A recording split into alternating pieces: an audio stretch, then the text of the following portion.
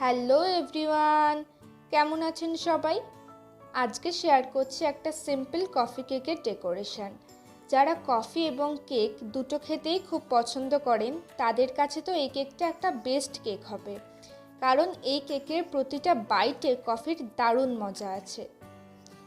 প্রথমেই আমি কেকের লেয়ারিংটা কমপ্লিট করে ক্রাম কোট করে রেখেছি। কিভাবে কফি কেকের লেয়ারিং করতে হয় সেটা আমি কফি পেস্ট্রির ভিডিওতে দেখিয়েছি। রেসিপি লিঙ্কটা আমি ডেসক্রিপশন বক্সে দিয়ে দিয়েছি, আপনারা প্লিজ চেক আউট করে নেবেন। লেয়ারিং করা হয়ে গেলে আমি কেকটা কভারিং করে নেব। এছাড়াও কিভাবে একটা কফি স্পঞ্জ কেক তৈরি করতে হয় সেটার ভিডিও আমার চ্যানেলে দেওয়া আছে, সেটারও রেসিপি লিঙ্কটা আমি ডেসক্রিপশন বক্সে দিয়ে দিয়েছি, আপনারা প্লিজ চেক আউট করে নেবেন। এখানে কথা বলতে বলতে আমার কেকের ফিনিশিং আনা প্রায় হয়ে গেছে। কেকের ফিনিশিং আনা হয়ে গেলে আমি লাইট কোকো পাউডার একটা ছাঁকনির সাহায্যে চেলে কেকটার ওপরটায় দিয়ে দেব।